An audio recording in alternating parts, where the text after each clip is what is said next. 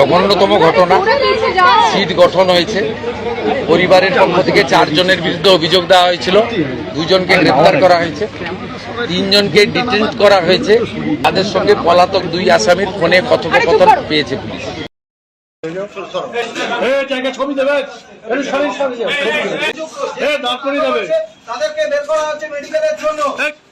মারলে কেন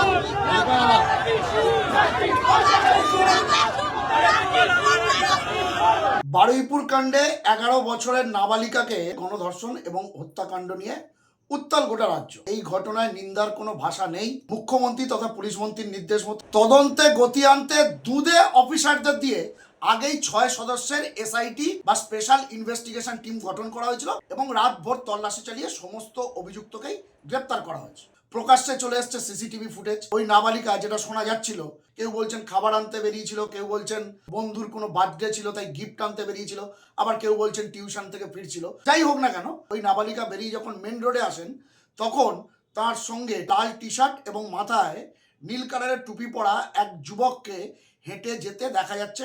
CCTV footage দেখে সেই যুবককেও শনাক্ত করা গিয়েছে। গতকাল যে বিষয়টি আমরা জানতে পেরেছিলাম যে প্রশাসনের মাধ্যমে মুখ্যমন্ত্রী শুভেন্দু অধিকারী নির্যাতিতা নাবালিকার বাবার সাথে ফোনে কথা বলেছিলেন এবং আগামীকাল মঙ্গলবার ভবানী ভবনে তাদের সঙ্গে দেখা করবেন বলেছিলেন। কিন্তু শিডিউল একটু চেঞ্জ হয়েছে। আজ মুখ্যমন্ত্রী বিষয়টি নিয়ে মুখ খুলেছেন এবং তিনি জানিয়েছেন ভবানী ভবন না, তিনি নিজেই বারুইপুরে আসছেন। বারুইপুরের এসপি অফিসে তিনি পরিবারের সাথে কথা বলবেন, তাদের অভিযোগের কথা শুনবেন, প্রয়োজনীয় যা ব্যবস্থা নেবেন। আইনের পথে চলবে। অন্যদিকে বারুইপুর কাণ্ডের প্রতিবাদ গতকাল প্রাক্তন মুখ্যমন্ত্রী তথা তৃণমূল নেত্রী মমতা বন্দ্যোপাধ্যায়ের বারুইপুর আসার কথা ছিল, কিন্তু হঠাৎই জানা যায় বা তাদের তরফে বা কালীঘাট তৃণমূলের তরফে একটা অভিযোগ করা হয়েছিল যে মমতা বন্দ্যোপাধ্যায় 30B হরিশ চ্যাটার্জি স্ট্রিটের বাইরে প্রচুর সংখ্যক পুলিশ, র্যাব, কেন্দ্রীয় বাহিনী নাকি মোতায়েন করা হয়েছে যাতে তিনি বাড়ি থেকে বেরোতে না পারেন। যদিও আজকে সকালে তৃণমূলের একটি প্রতিনিধি দল নির্যাতিতার পরিবারের সঙ্গে দেখা করেছেন। বারুইপুরের বিধায়ক বিমান বন্দ্যোপাধ্যায় ছিলেন, সাংসদ প্রতিমা মণ্ডল এবং দোলা সেন, তারাও নির্যাতিতার পরিবারের সঙ্গে দেখা করে। এরপর বিকেলের দিকে দেখা যায় প্রাক্তন মুখ্যমন্ত্রী মমতা বন্দ্যোপাধ্যায়কে এই ঘটনার প্রতিবাদে মোমবাতি মিছিল করতে তিনি তার কালীঘাটের বাসভবন থেকে প্রায় 1.5-2 কিলোমিটার একটা প্রতিবাদী মিছিল করেন। আমি বিস্তারিত আসবো, কিন্তু বারুইপুর কাণ্ড নিয়ে যে কড়া বার্তা দিয়েছেন রাজ্যের বর্তমান মুখ্যমন্ত্রী শুভেন্দু অধিকারী, সেটা আগে আমরা শুনবো। ওনার বাবার সঙ্গে কথা বলেছি, ওনার বাবা বিচার চেয়েছেন। জঘন্যতম ঘটনা। সিট গঠন হয়েছে, পরিবারের পক্ষ থেকে 4 জনের বিরুদ্ধে অভিযোগ দেওয়া হয়েছিল, 2 জনকে গ্রেপ্তার করা হয়েছে, 3 জনকে ডিটেইন করা হয়েছে, যাদের সঙ্গে পলাতক 2 আসামির ফোনে কথোপকথন পেয়েছে পুলিশ। পুরো আইজির নেতৃত্বে পুলিশ, এসটিএফ সবাই কাজ করছেন। ওনার পরিবার যা যা চেয়েছেন সরকারের কাছে সেই কাজ সরকার করছে। আমি আশা করি যে তদন্তের মাঝপথে আমার না বলাই ভালো, কিন্তু এটুকু আমি বলে দিচ্ছি, পরিবার যেভাবে জাস্টিস চেয়েছেন, পরিবার সরকার এবং পুলিশের কাছ থেকে যে যে সহযোগিতা চেয়েছেন সেটা তারা পাবেন। মোট 4টি মামলা হয়েছে। একটি এই জঘন্যতম অপরাধের মামলা ছাড়া আরও 3টি মামলা হয়েছে।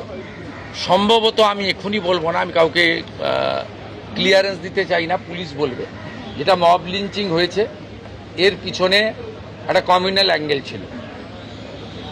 রেল লাইনে যেভাবে রেলপথকে উপড়ানো হয়েছে, আমাদের অতীত ইতিহাস মনে পড়ছে। 2019-এর সিএ বিরোধী আন্দোলন বা কিছুদিন আগে ওয়াকফ অ্যামেন্ডমেন্ট বিরোধী আন্দোলন। তৃতীয় হচ্ছে সিআরপিএফের 2 জন জওয়ান আহত হয়েছেন, একটা পুলিশের গাড়িকে জ্বালানো হয়েছে। আপনারা নিশ্চিন্তে থাকুন, প্রথমটার তো বিচার দেব, ক্যাপিটাল পানিশমেন্ট দেব। ওর বাবা যা যা চেয়েছে সব করবে মুখ্যমন্ত্রী। সাথে সাথেই ফোনে কথা বলেছে। তো আমি খুশি যে ওনারা আমার আস্থা রেখেছেন।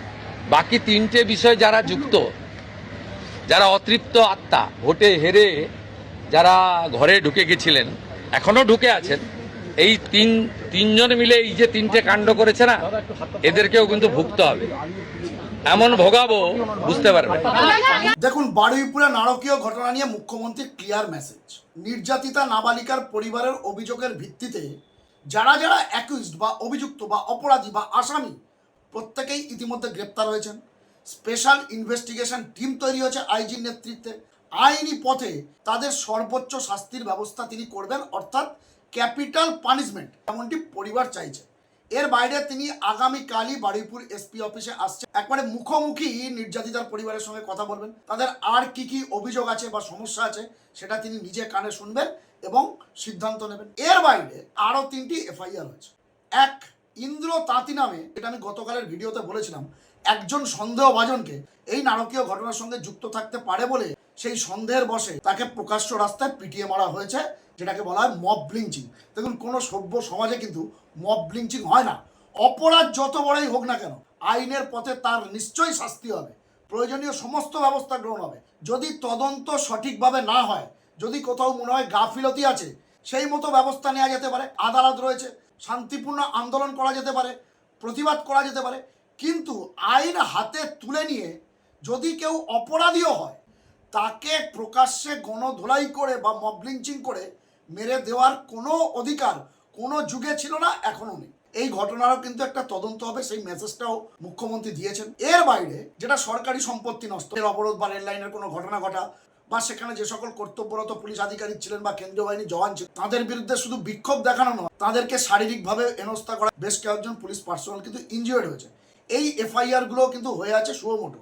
প্যারালালি এগুলোরও তদন্ত হবে এবং যারা এই ঘটনার সঙ্গে যুক্ত তাদের বিরুদ্ধেও ব্যবস্থা নেওয়া। দেখুন, আমি বরাবরই বলে থাকি, আগের সরকারের আমলেও বলেছি, এখনো বলছি, দেখুন, সব পেশায় ভালো মন্দ মানুষ থাকে। নিশ্চয়ই মন্দ মানুষগুলোর বিরুদ্ধে অভিযোগ জানানোর নির্দিষ্ট পদ আছে, আইন আছে, আদালত আছে। যদি পুলিশের কোনো গাফিলতি বা পুলিশের কোনো অপরাধ থেকে থাকে, সেক্ষেত্রেও কিন্তু নির্দিষ্ট আইন আছে। কিন্তু আপনি কখনো আইন হাতে তুলে নিতে পারেন না। আর যদি মানুষই সব আইন হাতে তুলে নেবে, তাহলে থানা পুলিশেরই বা কি দরকার, কোর্ট কাছারি বা কি দরকার? এটা হয় না, কারণ ভারতের সংবিধান বেশ কিছু কথা বলে।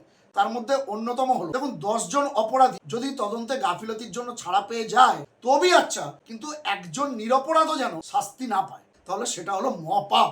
এই বিষয়গুলো কিন্তু মাথায় রাখতে হবে। দেখুন, যে ঘটনা ঘটেছে খুব স্বাভাবিকভাবেই সেখানে উত্তেজনা তৈরি হবে, কিন্তু উত্তেজনার বশে আমরা কেউই আইন হাতে তুলে নিতে পারি না। কারণ এটাই যদি প্র্যাকটিসে দাঁড়িয়ে যায়, তাহলে থানা পুলিশ কোর্ট কাছারি আর প্রয়োজন হবে না। দিকে দিকে দেখবেন এইরকম গণপিটুনি বা মব লিঞ্চিংয়ের ঘটনা ঘটছে, যেটা সভ্য সমাজে একেবারেই ঘটা উচিত নয়। আর অন্যদিকে পুলিশের গাফিলতি, দেখুন, আমি যেটা বলছিলাম, সব পেশাতেই ভালো মন্দ মানুষ থাকে। পুলিশের মধ্যেও যে সবাই ভালো এমনটাও নয়, গাফিলতি আছে তাদের। আইনি পথে পুলিশের বিরুদ্ধে অভিযোগ জানানো যেতে পারে, কিন্তু আইন হাতে তুলে নেওয়া উচিত না। পুলিশ তারা কারা? তারা দেখবেন আপনার বা আমার বাড়িরই কেউ, তারা অন্য কোনো গ্রহ থেকে আসে না। তারা আইনি পথে নিজেদের কর্তব্যটা পালন করে, ল অ্যান্ড অর্ডার সিচুয়েশনটা ঠিক রাখে। আমি বলছি, পুলিশের মধ্যেও একেবারে সবাই ধোয়া তুলসী পাতা সেটাও নয়, কিন্তু যদি এমন কোনো অভিযোগ কোনো পুলিশের বিরুদ্ধে থেকে থাকে, তারও আলাদা প্রসেস আছে, পুলিশের বিরুদ্ধে অভিযোগ জানানো যায়। কিন্তু কথায় কথায় পুলিশের ওপর আক্রমণ, এটাও ঠিক নয়। জানবেন, সেই পুলিশ পার্সোনাল আমার বা আপনার পরিবারের মতো কোনো একটি পরিবার থেকে সে আসে, তার পেশার তাগিদে আসে, তার কর্তব্য পালনে আসে। আরও একটা জিনিস আপনাদের খেয়াল করিয়ে দিই, যে কোনো একটি ঘটনা, এই বারুইপুরের নারকীয় ঘটনায় যদি ধরুন, যদি আপনাকে সঠিক তদন্ত পেতে হয়, আপনি আন্দোলন করুন, গণতান্ত্রিক উপায়ে আপনার আন্দোলন করার সম্পূর্ণ অধিকার আছে। কিন্তু রিউমার বা গুজব ছড়াবেন না, আইন নিজে হাতে তুলে নেবেন না। রিউমার বা গুজব ছড়ালে বা আইন নিজে হাতে তুলে নিলে কি হয় বলুন তো? আসল যে কারণটার জন্য আপনি তদন্ত চাইছেন বা দোষীদের শাস্তি চাইছেন, সেই তদন্তটাই কোথাও গিয়ে তালগোল পাকিয়ে যায়। আর অনেক সময় দেখা যায় আসল অপরাধীরা সেই সুযোগটাকে কাজে লাগিয়ে পগারপাড় হয়ে যায়। তাই আইন আইনের পথে চলুক, তদন্ত তদন্তের পথে হোক, রাস্তা তো আছে। যদি সঠিক তদন্ত না হয়, তখন আরও জোরদার আন্দোলন করা যেতে পারে, কিন্তু ন্যূনতম একটু সময় দিতে হয়। আর বারুইপুর কাণ্ডে তো প্রতিটি অপরাধী ধরা পড়ে গেছে, এবারে কোর্টে কি বিচার হয় সেদিকে আমাদের তাকিয়ে থাকতে হবে। যদি বিচার পছন্দ না হয়, উচ্চ আদালত আছে, ফলে আইনের পথেই আপনাকে হাঁটতে হবে। নিশ্চয়ই গণতান্ত্রিক উপায়ে আন্দোলন প্রতিবাদ করবেন, কিন্তু আইন হাতে তুলে নেবেন না, বা এমন কোনো ঘটনা ঘটাবেন না যেখানে অপরাধীরাই এক্সট্রা অ্যাডভান্টেজ পেয়ে আইনের ফাঁক বলে বেরিয়ে যায়। দর্শক বন্ধুরা, শেষ পাওয়া খবর পর্যন্ত বারুইপুরের এই নারকীয় ঘটনায় অভিযুক্তদের 14 দিনের পুলিশ হেফাজত হয়েছে, অর্থাৎ অনেকটাই সময় তদন্তকারীরা হাতে পাবেন। তারপর সিট গঠন হয়েছে, তারা নিশ্চয়ই এক এক করে এভিডেন্স সংগ্রহ করবেন এবং অপরাধীদের থেকে তাদের দোষটাও স্বীকার করিয়ে নেবেন। তারপরে সর্বোচ্চ শাস্তির ব্যবস্থা রাজ্যের মুখ্যমন্ত্রী তথা পুলিশ মন্ত্রী তিনি তো করবেন বলেছেন। আর সেদিকেই আমাদের নজর থাকবে, আর আপনাদের নজর থাকুক খবরওয়ালা সোমনাথ ইউটিউব চ্যানেলে। এক্ষেত্রে আপনাদের মূল্যবান মন্তব্য কমেন্ট বক্সে কিন্তু লিখতে ভুলবেন না। আপনাদের গুরুত্বপূর্ণ মতামত ও পরামর্শ খবরওয়ালা সোমনাথ ইউটিউব চ্যানেলকে আরও সমৃদ্ধ করবে।